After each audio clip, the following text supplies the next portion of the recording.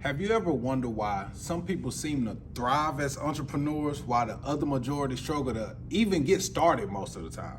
Most aspiring entrepreneurs, they focus on the product itself, they focus on strategic marketing or some other type of tactic that can help them sell or get clients. And don't get me wrong, all of that is extremely important. The real game changer is learning how to think like an entrepreneur.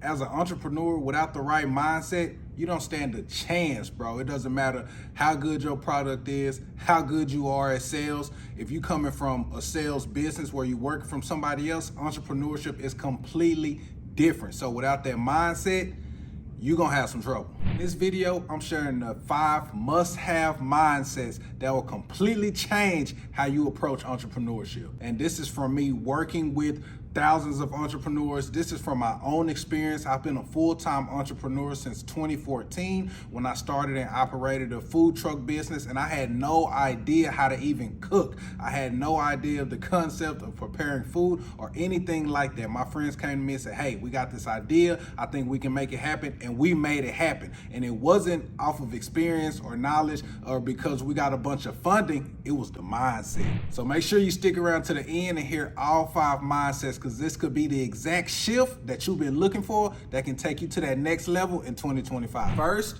we want to make sure we embrace a growth mindset. First and foremost, that means understanding that failure is just a part of the process, all right? You're going to run into a lot of obstacles. You got to learn how to jump over those. You're going to run into a lot of closed doors. You got to learn how to knock or kick those doors down. And you've probably heard this before, but it's so true. Failing is the best way to correction, right? Because now you know how you should not do it. So the next time you approach the situation, you know you need to make some adjustments and you know how to do it. Or you keep failing until you get it right. It's called try and fail. Every entrepreneur must go through this stage before they hit success. You have to view every single challenge that you encounter as an opportunity to grow. Or don't see it as, oh, this is the end for me. It's over for me. I don't know how I'm going to get around this. I don't have the money. I don't have the resources. I don't have the people on my team. It's okay. Just slow down. Take a deep breath. I like to do meditation myself. Just take it one step at a time, all right? Once you encounter a challenge, you say, okay, how does this affect me? How does this set me back? And what is the absolute next step that I need to take? The one little step, what do I need to do next to overcome this? And it might be a mountain of things that you have to overcome, but what is the very next step I need to take? And just take that step and understand that you can only get better from this position.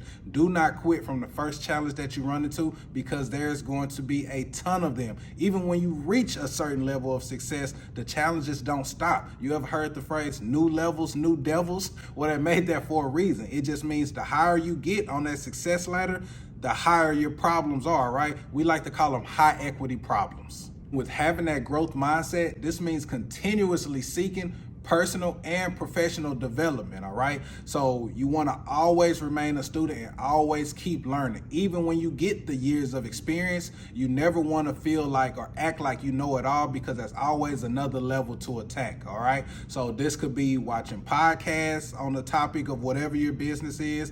This could be following certain people on Instagram who are successful in the area that you want to pursue, reading entrepreneurship books. This could be joining Facebook groups. I mean, there are tons of resources that can plug you in to continuous knowledge, including watching YouTube, exactly what you're doing right now. So the fact that you're watching this video lets me know you have some type of growth mindset. You want to digest information that is going to help you grow. Keep doing that. Second, you want to take calculated risk.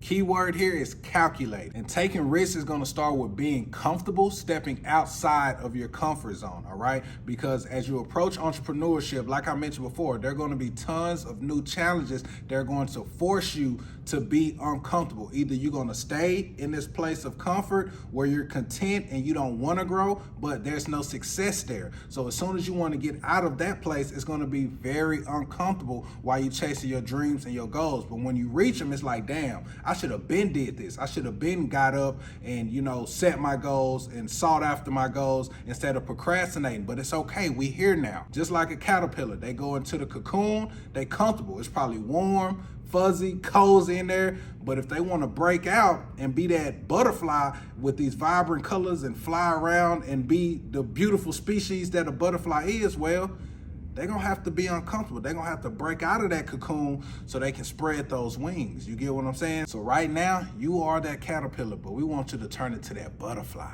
Then you want to know how to assess your risk versus your reward. A quick example, right? Let's say you sell candles, right?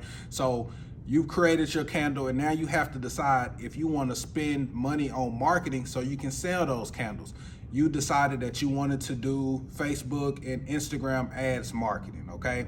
You might have to spend $250 on that marketing. Now, right now, $250 is a lot of money because you ain't sold no candles, but $250 is the risk. If this marketing works, you got enough inventory if you sell out to make $2,000 from that marketing piece. You're risking the $250, but the reward is much greater. You can get $2,000 in profit, you can build a loyal customer base, and now you can potentially turn this into a full-time business. Sometimes it's not just money. That could potentially be more customers, that could be partnerships, that could be brand deals, that could be a lot of things. So you want to pay attention to all of the risks that you're taking and make sure that they ultimately make sense for the bottom line. And keep in mind, big risks ultimately lead to big rewards, but you want to assess the risk versus reward because sometimes you take that risk and there is no reward at the end. And that also, my friends, is part of being an entrepreneur. All that matters is the risk worth it? Third, you need to make sure you are prioritizing long-term thinking. This is not gambling. This is not a get-rich-quick scheme like so many people's businesses are. But I hope that's not why you're here, because that's not what I do, and that's certainly not what I'm going to teach. In both my business and my investing strategies, I am only focused on the long term, okay? Because I'm in my youth right now. I can do whatever is necessary for me to produce income. But the older I get, the less likely I am to be able to do as much to produce as much income. So I need to create situations for my future that are going to pay me dividends, that are going to pay out interest, that are going to give me cash flow, like my rental properties. Right now, it's not a lot of money coming in from my rental properties, but in 10, 20, 30 years, when that mortgage is paid down, it's going to be more cash flow, and more equity. So by the time I get to the point I want to retire, I can sell these properties and cash out. So when I buy rental properties, I'm not thinking about how much cash flow can I make starting next month. I'm thinking about what is this going to look like for my retirement plan 20, 30 years from now. And I want you to have that same mindset in whatever field that you're in. When you're marketing, when you're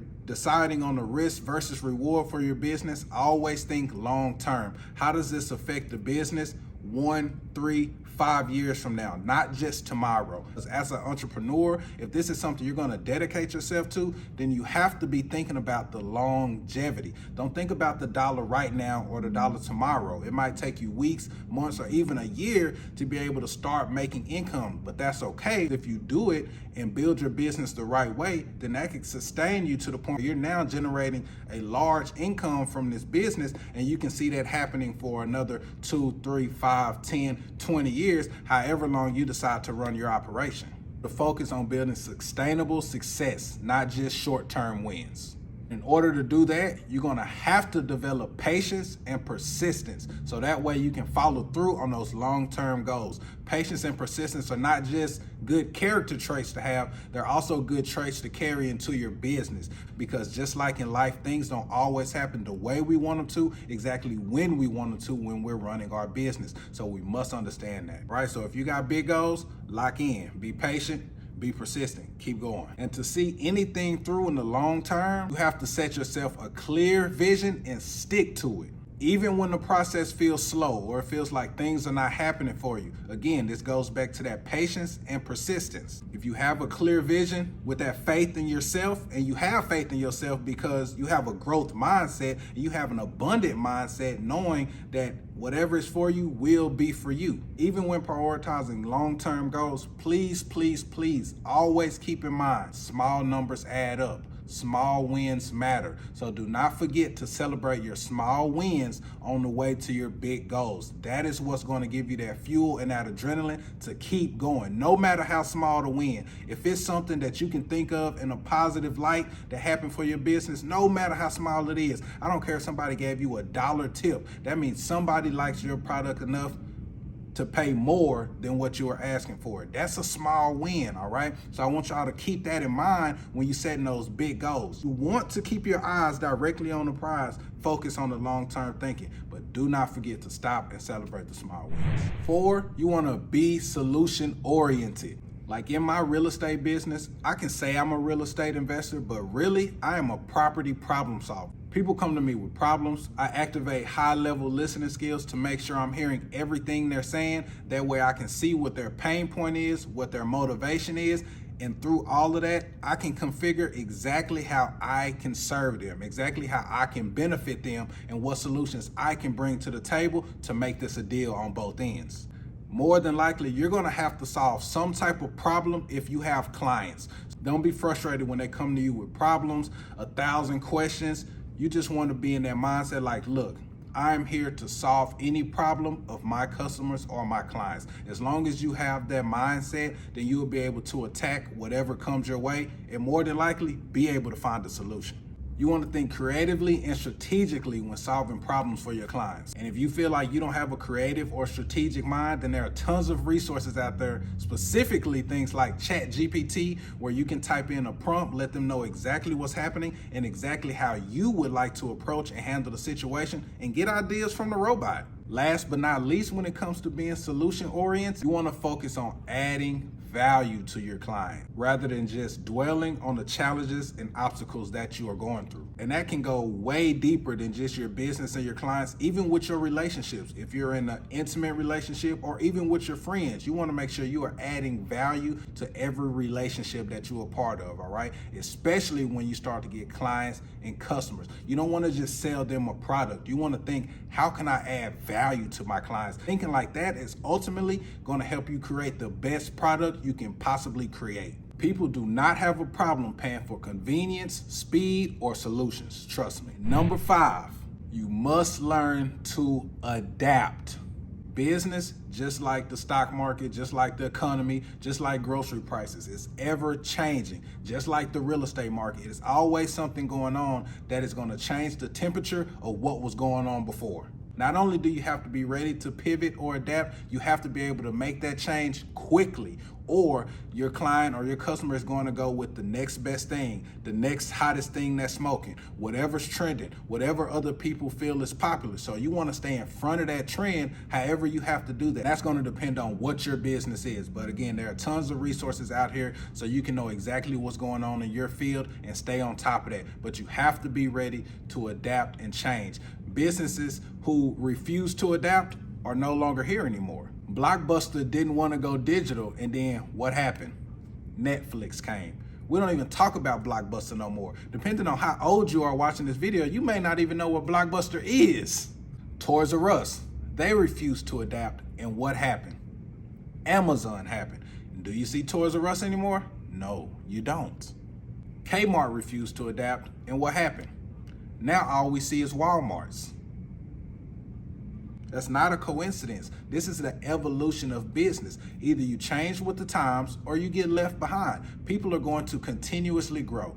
Business is going to continuously grow. The economy is going to continuously grow. So you need to be prepared to grow with it. So there we have it, y'all. And let's just do a quick recap of those 5 mindsets. First, and most importantly, you need to embrace the growth mindset. Second, be prepared to take calculated risk. Third, you need to prioritize long-term thinking. 4, you need to be solution-oriented, know how to and be ready to solve problems at any time. 5, you need to know how to adapt. Just remember, entrepreneurship is not just about what you do. It's not just about the product that you sell.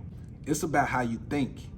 The right mindset can transform challenges into opportunities and setbacks to stepping stones. So make sure you apply these 5 principles to your entrepreneurship journey and you're gonna be on your way to success, dog. Now, these ain't all it takes to be successful, so I don't wanna set the wrong expectation, but you definitely gonna need to have this mindset if you're gonna make any type of progress. If this video resonated with you at all, go ahead and hit that like button. Go ahead and subscribe to my channel for more entrepreneurship tips and some real estate investing game if you care to invest in real estate. And share your thoughts in the comment. I don't get enough comments, but I love them. I love the feedback, whether it's positive or negative, y'all. And until the next time, y'all, it's your boy Real Estate Show. Tap in.